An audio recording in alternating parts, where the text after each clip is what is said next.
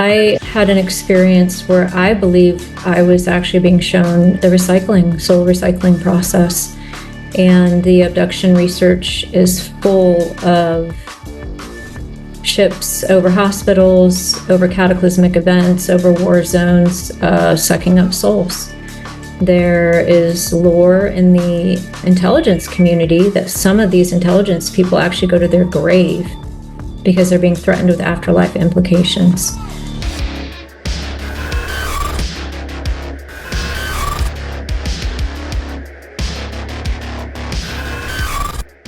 Welcome back. I'm here again with Fringe. Fringe, welcome back.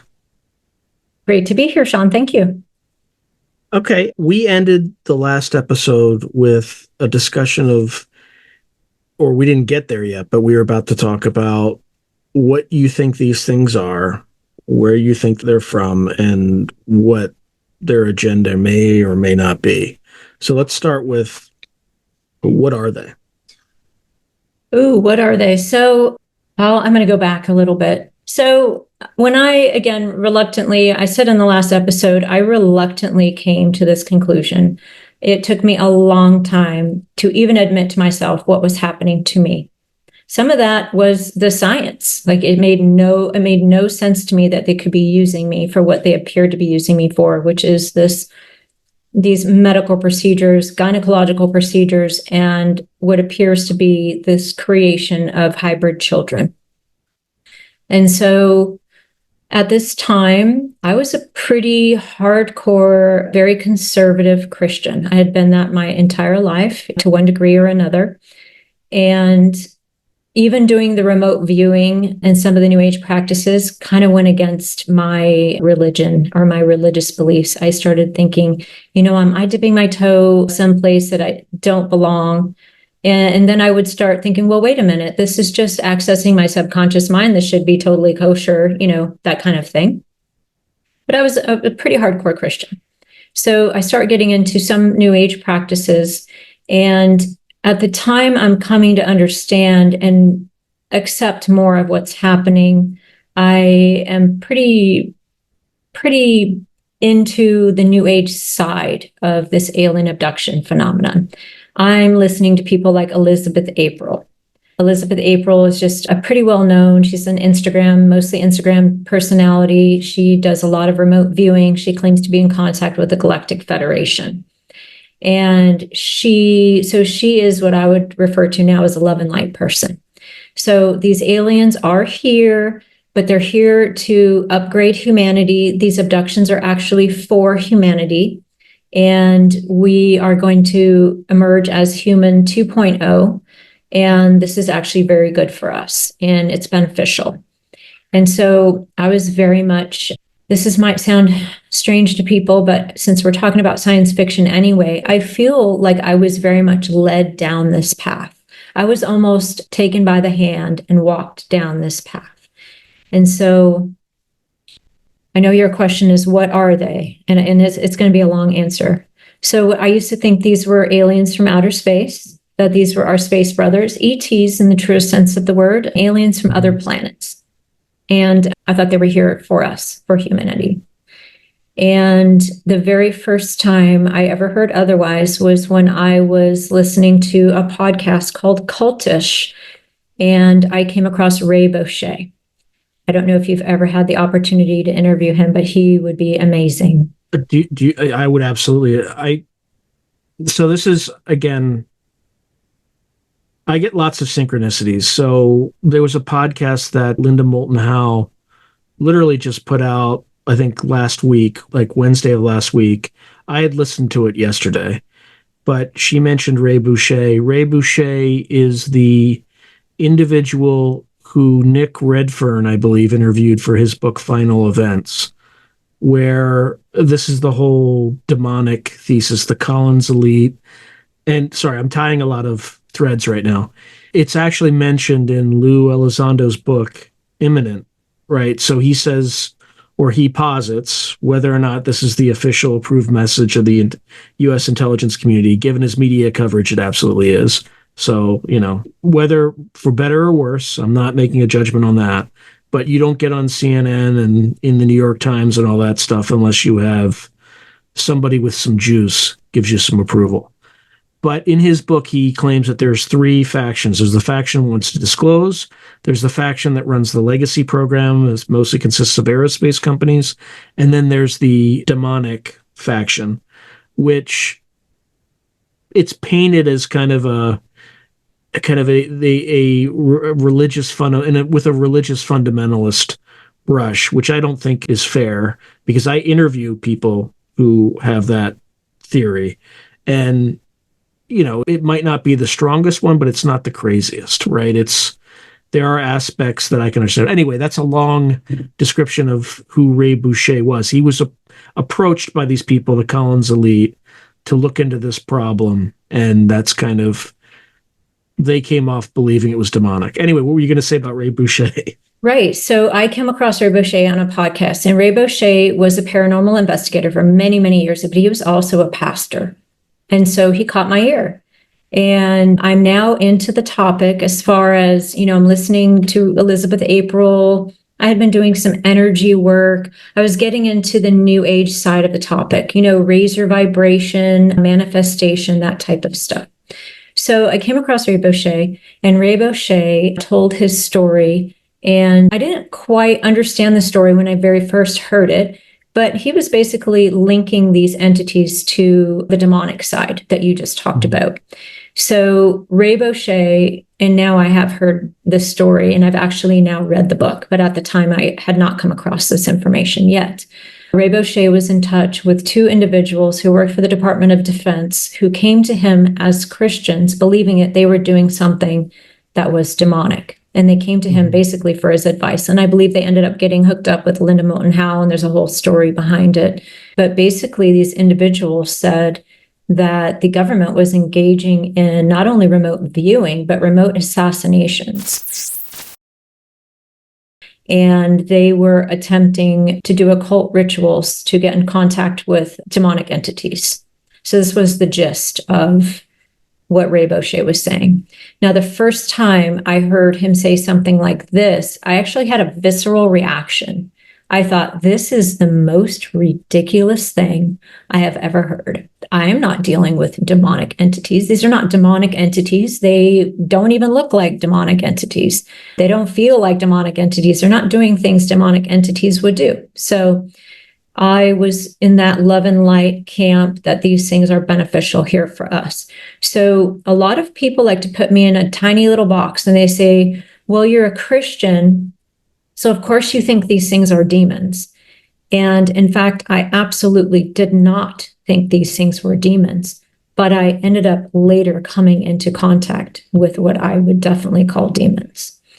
And so what happens is, this is a whole long involved process. This is not something that happened overnight. I've had upwards of 300 contacts with the phenomenon in I'm going to be on 2.5 years or so since I really started writing things down and started becoming more aware.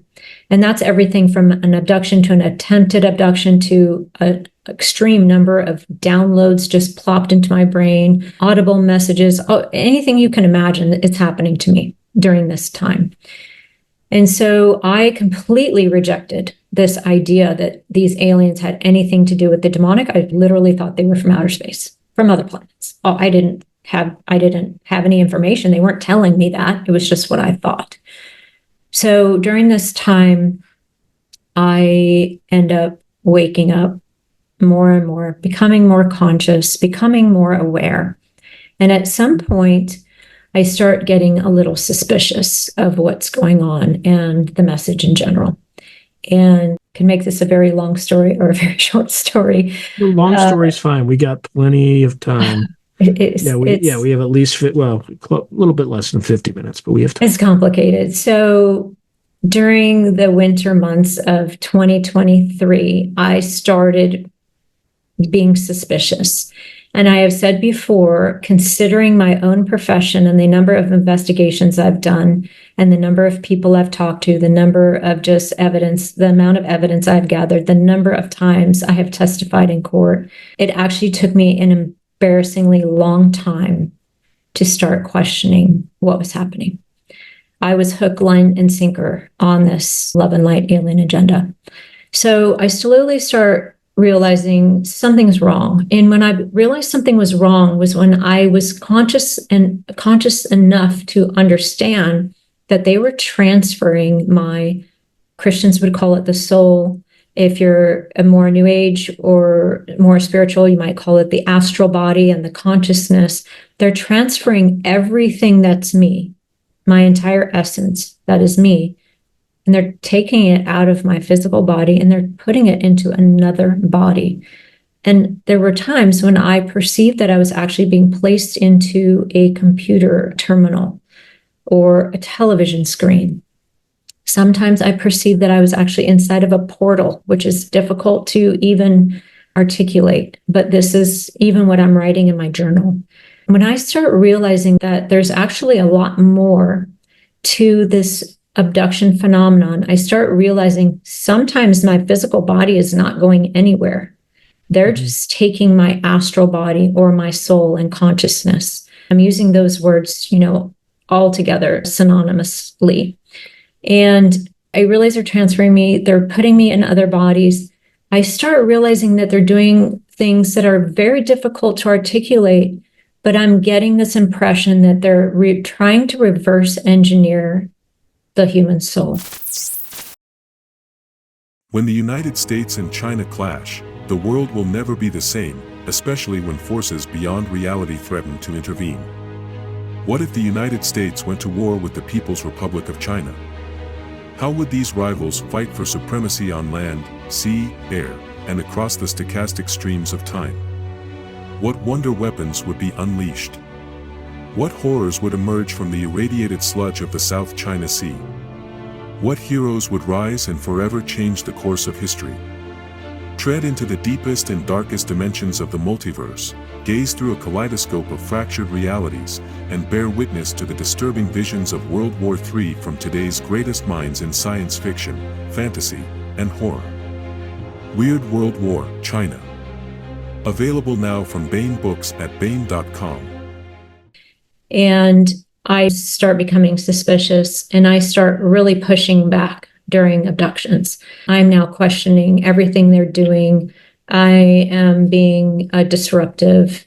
There was a time that I thought it was literally a physical fight where one of the nurses, it looks like a nurse, is trying to stab me with a needle, and I'm in a physical fight with her in a hallway in some ship somewhere. Just absolute crazy stuff is happening. And I get to where I am no longer going with this program. In my physical life, I'm questioning this. I'm trying to figure out what in the world are they doing? Why would an alien from outer space, from another planet, be interested in my soul? Now, this was just how my mind was thinking at the time. I've heard people now, give me reasons why an alien from outer space would be interested. But at the time, it made no sense to me whatsoever. And that's what made me start questioning, what are these beings doing here? What are they doing? Why are they interested in these things? And from there, again, it's difficult to articulate. It's difficult to explain because this happened over a long period of time. And this is over a time when I'm having interactions with these creatures a few times a week. This was not a once a month type thing or a once a year type thing. It was getting to be sometimes 5 out of 7 nights. Mm-hmm. So I am realizing that there's a lot more going on than what appears to be. I start pushing back and I call it getting kicked up the food chain, because I end up causing so many problems for these so-called aliens that the first time I saw a demon, I actually couldn't even believe it. I thought, what in the world is this creature? These are completely different creatures. They have completely different energy. They look different. They act different. And they were there, for lack of a better term, to teach me a couple of lessons. And I spent from about November, December of 2023 to about 2022 to March or April of 2023, dealing with not only your average alien, but what I can only call demonic entities. And people ask me, well, how did you know they were demonic entities? And it's difficult to explain, but it's not much different than how do you know when you're looking at a dog? So these entities have a certain energy coming off of them. They are, for lack of a better term, saying certain things to me, and they're behaving in a certain manner. And they're actually letting me know, the last 2 incidents I had with these entities, they are actually letting me know that I am being punished, and that if I don't go with the program, it's going to get worse. This is what ended in me actually wearing a helmet for 7 months. And I apologize for being all over the place. So I end up now coming into contact with actual demonic entities. No two ways about it. And that's when I realized that this was much bigger than what I originally perceived, which was aliens from outer space here to upgrade humanity. And all I can say is that the short story is, and this is my perspective and from my own perceptions and from a lot of different experiences with these entities, they are not here for our own good at all. To advertise on Through a Glass Darkly, email throughaglassdarkly@gmail.com. So I start realizing this, and at the same time, after the incident that happened to me in April or so of last year, at around that same time, I end up finding, I reactivated my Twitter account and found the UFO Twitter community. And now I'm coming across other people this is happening to. I'm now coming across someone like Nick Redfern. I'm seeing this book, Final Events, and I'm reading this book thinking, oh my gosh, this is exactly what I'm thinking too. When it comes to the Collins elite, people can make fun of the Collins elite all they want. But there was a faction of the Collins elite believing that this, after doing a lot of their own research, that they were, at least part of this was contact with demonic entities. I now believe that at least part of this is contact with demonic entities. And from pushing back on the aliens and subsequently being kicked up the food chain to demonic entities that are actually running the show. It's not the aliens in charge. Or you could look at the demonic entity as the thugs or the enforcers even. So when I start coming across the abduction research and realize, oh my gosh, this is happening to a lot more people than I ever realized. And I start reading my own story in authors like Carla Turner. I ended up coming across Ted Rice. I come across Nick Redfern. I came across Tom DeLonge, the Blink 182 guy, I had no idea that that guy was into UFOs. I had no idea of the history of any of the lore. I was completely unaware of, the major abduction incidents that people talk about, like a Travis Walton or the incident you mentioned at the beginning of the first episode. I was completely unaware of all of that. Yet here I was, after being through a very traumatic process of understanding and coming to my own very loosely held conclusions, because I don't think we can know exactly what's going on to 100% certainty. But I like to at least come to a probability. And I come to these probabilities for myself and then start coming across other people who are thinking the exact same way. So that's where I'm at today. I did spend most of last year trying to stop these interactions. I don't think, you asked me, what are they? What are they? I think that what we call aliens, so I'll be talking, it would be referencing the mantids, the tall gray, short grades, the reptilians, the Nordics. So I think these entities are probably from right here. I think they've been living among us for a very, very long time. I think they're living in our oceans, inside of our mountains. I think they are absolutely living in underground bases. And I think there's a possibility that they were actually created to better interact with us in the physical realm. Like and biological so avatars, basically. Basically, yeah. I think they were possibly fashioned over many, many years. I don't think this happened overnight, but I think what we're seeing is the perfection of what was created to better interact with humans in the physical realm. I think they're very metaphysical. They can phase in and out of our vision. Their ships seem to be able to phase in and out of our vision, but it's, to me, just technology. It's nothing supernatural. I know religious people and Christians will call this a supernatural thing. They will call aliens themselves, your gray aliens, demons. I don't see it that way. I don't think your average everyday gray alien is a demon, but I do think they can be used as an avatar for demons. And so in my own personal experiences, I have seen demons take over a reptilian body and use it as an avatar. And so for myself, I have seen reptilians, just a straight reptilian, and I've also seen reptilian being inhabited by a demonic entity. So I think they can be used as avatars, but I don't think that they're demons in and of themselves. I think they were created for their task, which appears to be the abduction phenomenon and the creation of these hybrid beings. And what they're doing with these hybrid beings, I mean, they're telling abductees what they're doing.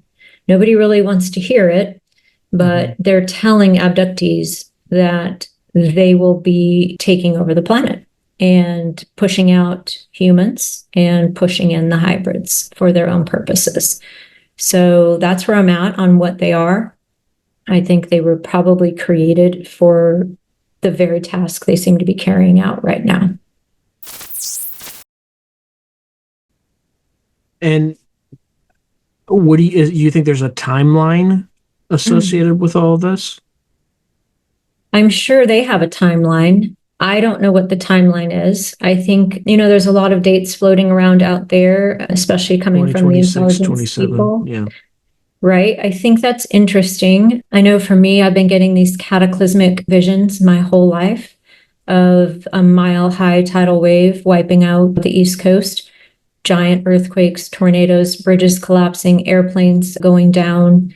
And this is something that they show to abductees. So they show a period of cataclysmic earth changes, and they claim that once this happens, they're going to be taking over and everything's going to be hunky-dory. Like they're going to come as our saviors.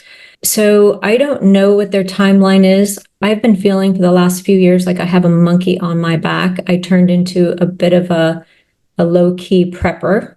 Over the last couple of years, I have been feeling like this pole shift is imminent. Now, when I was 15 years old, there was no internet, but I became convinced of a pole shift. And by the time 21 came along, I actually had to talk myself down from it. I had to say, okay, stop. I'm now, I don't know, 51 or 52 at that time. The pole shift has never happened. This is ridiculous. This was in the time when I was telling myself I had to raise my vibration and not live in fear. So I wasn't going to think about the pole shift anymore. And I was going to just put it out of my mind. And it was funny because right around that time, I started realizing that there's now some science out there actually admitting that we have had these cataclysms come upon the earth in the past and that they come in cycles. And we might have one coming to us sooner rather than later.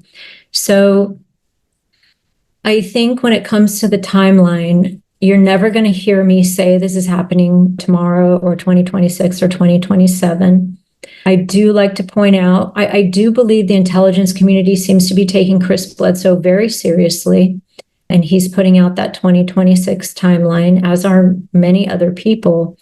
But I do like to point out that abductees have been told, at least since the 1990s, since Carla Turner's research and Barbara Bartholock's research, that this was imminent and it was coming soon. And abductees were believed that this was going to happen in their lifetime have now passed.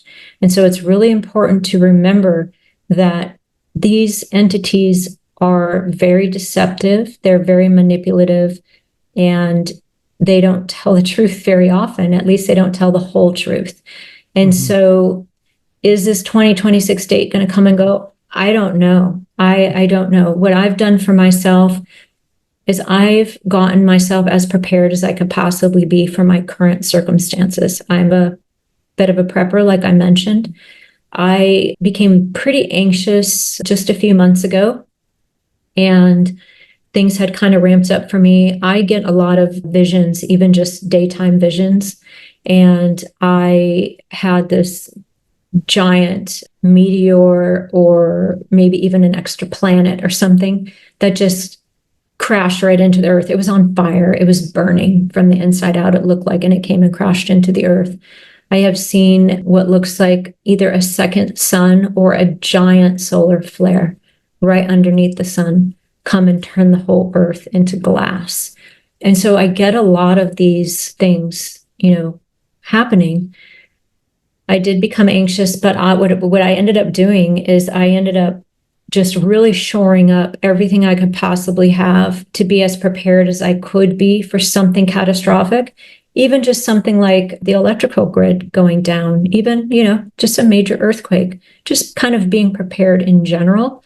And I actually feel much better than I probably ever have in my life, because I've always felt like this monkey on my back when it comes to kind of preparing for a cataclysm. So I just like to point out to people, this theme has been ongoing for at least decades, if not longer. And so I wouldn't want to see anyone just live their lives waiting for 2026 or 2027 to come around. I will not be surprised one way or the other if there's a massive showing during those years, or if those dates come and go and, we're just one step further down the road. Yeah, and I don't think they've always been described as cataclysmic. I think they've also been, Daryl Anka, Bashir, whatever the channeler, claims that they're going to show up, whatever that means. He won't say what. He doesn't say positive or negative, that they're just going to show up. Same thing with Ramirez. John Ramirez seems to suggest that they might show up in 2026, 2027, which, people should be aware that they exist before that happens. Otherwise, and if that is true, the government has done an awful job preparing the population for it, because it's too late. At this point, it's too late to get everybody prepared and ready for it. And then I think Bledsoe just says that there'll be a new knowledge, whatever that means. So, yeah, I don't pretend to know. But also Lynn Buchanan, claims that the years 2020 to 2040 are, he saw some rough times, let's call it. The use of weather weapons. I think he saw what you were talking about with the East Coast, with one of the Canary Islands. I forget what it's called, but there's like a volcano there that if it were to just collapse, it would displace enough water to wipe out much of the eastern seaboard. So I don't know. Yeah, I think Lynn Buchanan had a remote view of 2050, and it was my impression, and people should just listen to him, to get the actual true real story, but it was my impression that he saw a huge decline in population, and it didn't look very good at all by 2050. Yeah, so by 2050, according to him, we're past the worst of it. And that period of time, he saw like devices, that were like squared, that would kind of, I don't know if it was him or Stephen Schwartz about that, but 2050, we're on the other side of whatever this is. So government is vastly weakened because people just have had enough of it. Because, they lots of taxation, but we get nothing. Like we're sending all sorts of money defending the Ukrainian border, but we're not defending our own border, that sort of stuff. So, yeah, I don't know. But he did see COVID. He saw kids out of school on computer screens. So, and I think remote viewed it back in the late 90s. And he saw 9/11 too. It's really important that he saw that, and that's pretty well verified. So I think there's a lot of stuff floating around out there, and I think people are getting a little anxious about it, which I understand. And I think that we should all be as prepared as we can, each individual can be. People are restricted by their circumstances, by finances, and different things. But it's actually foolish not to be prepared for at least a grid down scenario. So it's my understanding that, there's a lot of experiencers seeing the very same thing that Lynn Buchanan is seeing.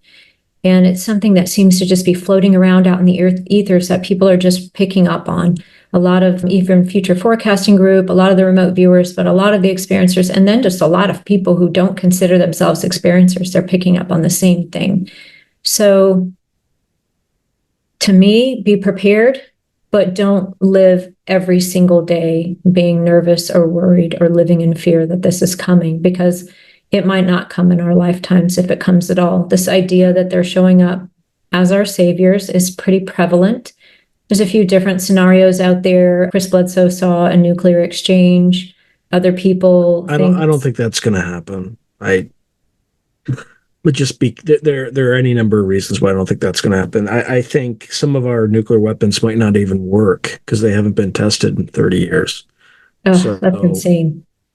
Same thing with the Russians, though. They have the same problem. It's with all of it. So whether it's that or a lot of people, they put climate change out there for a lot of people. I've heard about another pandemic coming, all kinds of different scenarios, but they all end the same way. And that's with the aliens taking advantage of some type of chaos and showing up as our saviors. So that's the theme. Could be worse. Could be our government showing up as our saviors. But anyway. Well, I didn't hear what you said. It could be worse. It could be our government showing up as our saviors. Well, hi, we're here from the government. We're here to help. There you go. It's going to be the same exact thing, actually. Yeah. Well, anyway, I say in jest, but the last 4 or 5 years have not been kind to my view of government. So. And mine either. So, I have gone from, I'm very much a rule follower, patriot, military family. Every person in my family, almost every person in my family is either military or a police officer in law enforcement or both. I thought our government could do no wrong. I still remember when they passed the Patriot Act. My husband and I spoke about this tonight. We looked right at each other and we said, well, we have nothing to hide. Who cares about this? Yeah, I remember that too. I remember thinking the same thing. That's what I was such a rule. We were all wrong. We were all wrong. And so, I've changed a lot since those times. I think a lot of people have. And then we discussed briefly this COVID thing where everybody was staying home and they didn't have a whole lot going on. People started going down some rabbit holes. And I think a lot of people woke up, for lack of a better term, to the clown show that we are living in. A lot of people went into the pandemic and they never came out sane. Like, there's some people out there who have been permanently neurologically damaged. They're pretty easy to identify on the street, but and it also showed you who in the population would have volunteered to operate the camps in Germany, right? Those people were kind of exposed themselves too. So, and that's important because I think something, I don't know how often I say this, but I think what's important to understand is the alien agenda is the conspiracy of the New World Order agenda. That is the alien agenda. These creatures, in my personal opinion, they're hyperdimensional entities. I think there's an entire unseen realm. I think of it like before we invented a microscope, we had no idea that viruses existed, right? So I think it's exactly the same thing. I think someday technology will show us this unseen realm. But I think these beings are actually controlling a lot of things behind the scenes. And if you look at the alien agenda and compare it to the New World Order agenda, they're the exact same thing. And it's hard to unsee once you see it. And I'm in touch with an abductee who gets a lot of information from these creatures. And this person is saying that they're waiting for a grid down type scenario. And I posted a meme the other day that was just the epitome of what this person is saying is probably coming. And this is the idea of having to go to camps or different centralized locations to get internet, to get in touch with your family, to get some food and maybe some water for your children. So that could be coming right back at us. That's history that might repeat itself. And so it is important to, again, just be aware that this could be coming so that you're not as shocked as most people will be if you've listened. It's been used before. Have you ever heard of the Baba Yar massacre? No. Mm-mm. So in World War II, the Germans, when they were in Ukraine, in the town, I think, of Baba Yar, there was a huge Jewish population. So what they did is they went around, put up signs saying that if you want to return to Israel, show up to this place in time. And when they showed up to this place, there were ditches and Einsatzgruppen. And they were, it was a huge massacre. They were shot to death and thrown into these ditches. So you have to be very careful of, claims and camps. And so sometimes it might be better to just kind of avoid the internet for a while and just keep your head low and just wait to see what happens. So yeah, and the other thing is a lot of people are waiting for these aliens to come save us from ourselves. I actually find it very interesting because the people waiting for the aliens to come save us are the same people who are generally making fun of religious folks. And yet they've made their own religion, and that is the religion of the aliens are going to come save us. Mankind is horrible and awful and terrible, and the aliens are of this higher consciousness, and they're going to come save us from nuking ourselves or from us ruining the earth. And if it comes a time where these aliens are offering you to get on their spaceship, think long and hard. Think about people like me who are taken to these ships without our consent.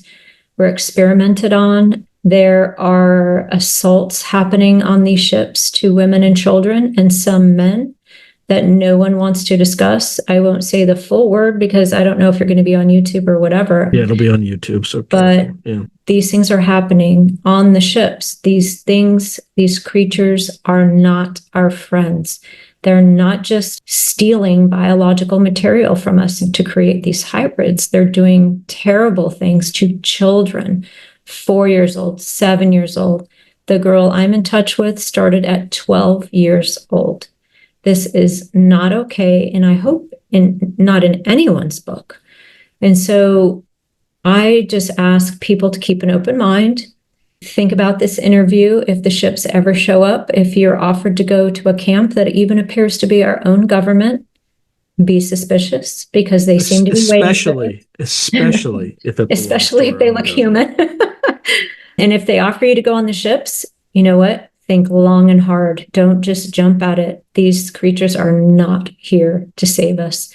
They're here to annihilate us and to come topside, because I think they're living underground right now. Well, hopefully none of this comes to pass. But I think the hypothesis that this would be very similar to would be the ultra-terrestrial hypothesis, right? Although that assumes that the ultra-terrestrials are superior in some way, and maybe they are superior technologically, but there's something that they're interested in with us. It sounds like you're saying it's the human soul, and they're trying to replicate that, but they can't for whatever reason. It could also be, I think Whitley Strieber has posited that there's some relationship between these beings and the dead. Again, Ray Boucher might say something similar to that. So I had an experience where I believe I was actually being shown the soul recycling process. And the abduction research is full of ships over hospitals, over cataclysmic events, over war zones, sucking up souls. There is lore in the intelligence community that some of these intelligence people actually go to their grave because they're being threatened with afterlife implications. So I do think that, as cliche as it sounds, I think we are involved in some type of cosmic war for the human soul. I think I think it was Michael Heiser who said, it might have been Missler. It was either Missler or Heiser who said, we're both the pawns and the prize in the war. So they use us to accomplish what they want to accomplish, but we're also the prize at the end. So I'm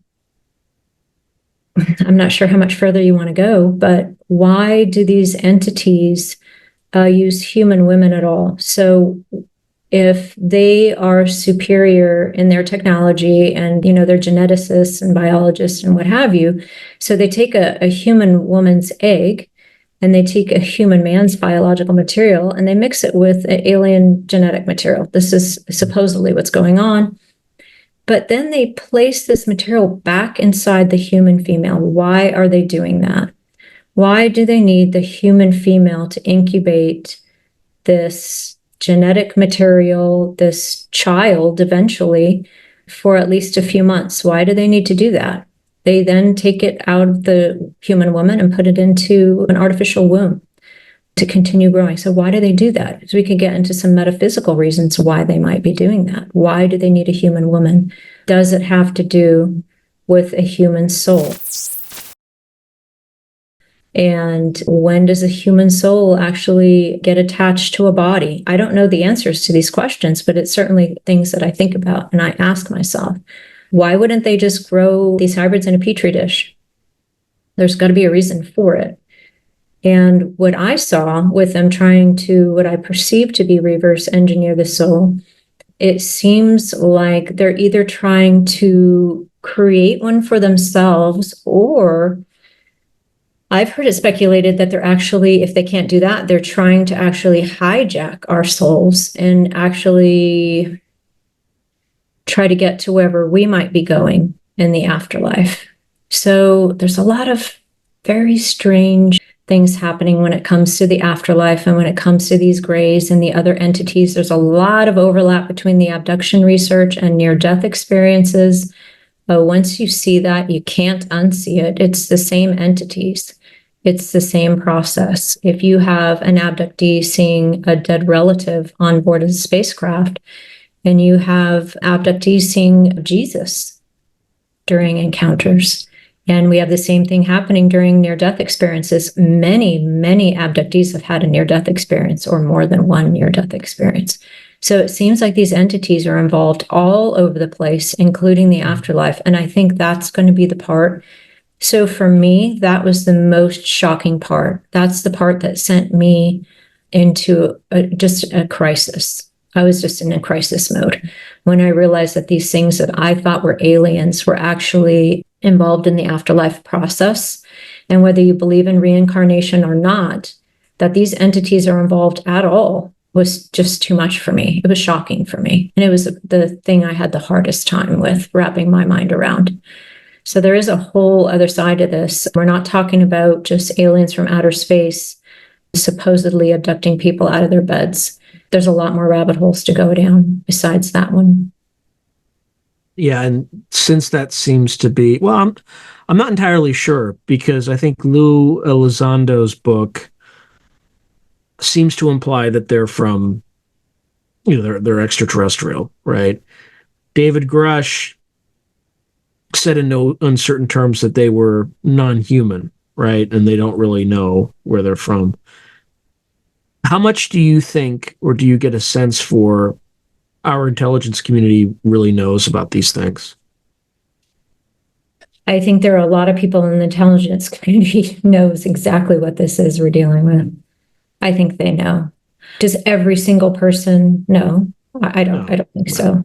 But anyone who's looked at it for very long knows. And they know that whether you want to call them angels and fallen angels, or angels and demons, or malevolent entity, spiritual malevolent entity that's not embodied, whatever name you want to call it, the Muslims call it jinn. A lot of native people call it sky people. The lore, the myth, the ancient religions all around the world, the cultures all around the world are full of the same story.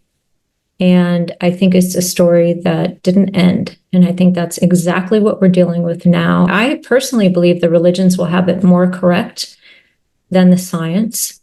And I do think our intelligence community at the upper echelons are absolutely know exactly what we're dealing with. I go so far as to say that some of them have made a deal with the devil, so to speak. What do you think the good side of all this is? Because you talked a lot about entities that you think were in league with demonic entities, negative entities, whatever you want to call them, jinn, negative jinn, whatever. What about the other side of it, the angelic side? So I do think there's both. I think the good side is much less interventional. I don't think the good side is abducting us from our beds and committing atrocities on board these ships and creating these chimeras and all types of things that would be prosecutable in a court of law if it were humans doing it. So I think that the angelic side, for lack of a better term, is just less interventional. I think they guide us through things like synchronicities and nudges and just trying to kind of nudge us in the proper direction and the way we should go. I've said this before. I don't know how old you are, but there was a cartoon quite some time ago, and I think it was a rooster, but there was an angel on one side and a devil on the other side. And I think actually the Muslims are taught this as children, that this is actually a real thing, that each person is actually assigned. And these are just terms I'm using, an angel and a devil. And I think it's in Catholic theology too, actually. Yes, I think it's in a lot of cultures. Like a demon, and you're assigned an angel. I actually had a space with two Muslim gentlemen not too long ago, and they couldn't believe that we were not taught this as children. They are taught as children that life is a test, that you will either choose good or evil, and you have a devil assigned to you, and they call him jinn. You have a jinn assigned to you that's good, and a jinn assigned to you that's bad. And the angel will whisper in your ear, because if you're going to accomplish anything right or good, it needs to be on your own, with as little assistance as possible. Otherwise, it's not actually real and good, and it's not actually you. But on the other side, we have that demonic side, and they will get you by hook or by crook. They will lie, cheat, and steal to get you off of your path. And so I think at the very bare bones, and that is the simplest way to look at what we're dealing with. I know that a lot of science will reject that. Academia will reject that. They will just call me, probably some silly redneck religious person. But I think what's really going to happen at the end of this, once our science catches up with these quantum physics that we talked about earlier, I think the religions are going to have it more right than the science. They're not going to have it all right, I don't think, but I think they're going to have it more right. I think that is what we're dealing with. Yeah, I think the Catholic Church in particular, given that it has 2,000 years of archives beneath the Vatican, they know a lot. And they haven't lied about it, right? They just, when asked directly, they'll, say things. I think Pope John Paul II said, if they exist, we're all God's children. So like things like that, where they don't deny it, but they also don't call attention to it. So there's definitely an interaction with all these things. I think at the quantum level, I think there's, as we examine these mysteries, I think there probably is some sort of a scientific basis behind them. We just don't understand it yet. And there's frankly too much judgment and things like the sciences just aren't as open as they used to be. It's all about reputation. It's all about defending that one thing that got your dissertation and defending it until your death. You can see it in archaeology, right? Like they just refuse to accept that, maybe there were civilizations that are far older than we could imagine. I'm not saying there are, but there might be. So yeah, there could have been. Yeah, it definitely feels like there's something going on. There's something in the air, particularly that started in late 2021, 2022. Whether or not it was the experience of the pandemic that caused it. Because for as many negative things that there were with the pandemic, there were also some positive things.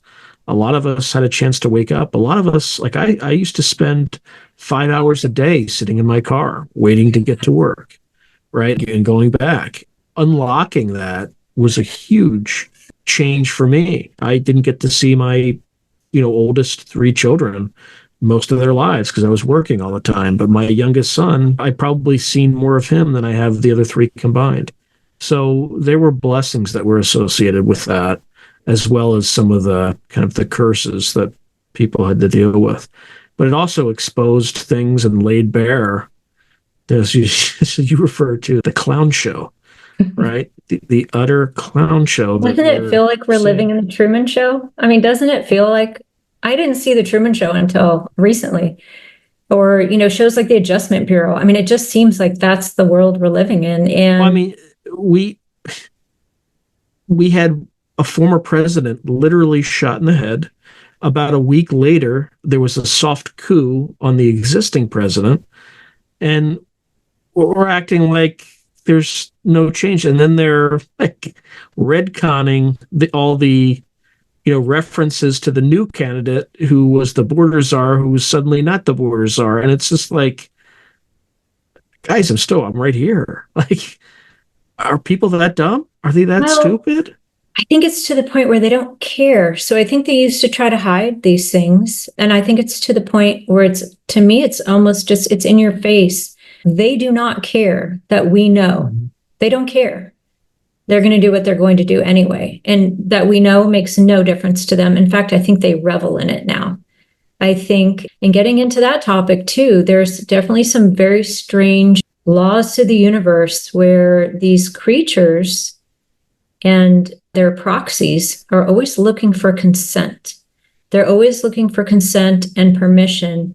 And they're always kind of putting it in our face, what they're all about. And people are just, especially before COVID, so busy trying to just pay their bills and get their kids to school and get a sandwich on the table. We just didn't have time for their nonsense. And now that people are paying more attention, and I'm going to say this is on both sides of the I'm not trying to pick a side, right? So I had a side, and I still do have a side to some extent, but more and more I've become aware that this is two wings of the same bird. This is the same people controlling both sides. And, they have us all divided and picking tribes. And don't get me wrong, I happen to believe, that one side is slightly better than the other if we're only looking at morals and virtues and that type of thing. But on the other hand, I agree. There's one side. There's one side that I think is completely, under any circumstance, and is acceptable. But we can talk about that after. Yeah, a whole other show. But let's just say that I think that they're all controlled by the same, and I'm going to say entities. We're just pawns. People call me an abductee. I call myself an abductee. People call themselves experiencers. But I truly believe that we are actually all experiencers. It's very much like what Tucker Carlson said not too long ago. We are being acted upon at all times. And each and every one of us is very important in this game. And just because a person is unaware this is happening doesn't change a whole lot. We're still all experiencers of this phenomenon in this unseen realm. Yeah, and the best thing you can do, though, is just treat your neighbor as well as you can.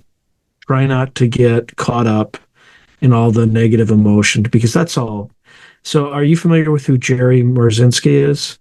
I am. Yep. So as you know, he worked with paranoid schizophrenics who he believes, and I don't want to put too many words into him, but after 40 years, he came to a non-religious conclusion, but that these things were negative entities that were parasitical, like feeding on negative emotion, etc. But when he engaged with these paranoid schizophrenics, the same messages that they were getting in their heads are now the same messages that are playing out in the mainstream news media, right? Just this persistently negative drumbeat of just ideas don't even make sense anymore. So just stay with your family, take care of your family, take care of your neighbor, and just do the right thing, as hard as it's going to be in the next months, days, months, and years. So I appreciate your Fringe. Any final words for the audience? Yeah, my final words are just, please just keep an open mind. I do think that this topic will be coming to the dinner table at some point in the future. I don't know when that will be, as we could see even with Lou Elizondo's book. love them or hate them, the topic is going more mainstream than it's ever gone. And so it's going to get to a point where people will be discussing it. And I just ask that you keep an open mind that this is actually happening to people. And my advice is, if the aliens do show up claiming to be our saviors, just please take a second look at it, take your time, and look into things before making a decision to either get on one of these ships or go to one of these centers if this is actually what happens. Yeah, and read widely, read deeply, and just make sure you understand all the arguments, because you will find that while they may be diametrically opposed, in some cases, often they rhyme, right? There might be a different conclusion, but you'll notice the patterns. The patterns persist. So thank you very much, Fringe. It was an absolute pleasure. Thank you, Sean. I appreciate being here. If you enjoyed today's video, please hit like and subscribe, and also hit the notification button so you can be notified whenever I post new content. Thank you. Now, if you're enjoying the channel and you want to support it, there are several things you can do. In fact, there are 5 things you can do. The first thing you can do is just buy my books. I got plenty of books out in the market right now, and I would prefer that folks buy a book rather than giving me direct support, because they get something out of it. They get a real tangible product. The second way you can support me is by becoming a member on YouTube or becoming a patron on Patreon. And just go to either site and it'll explain everything.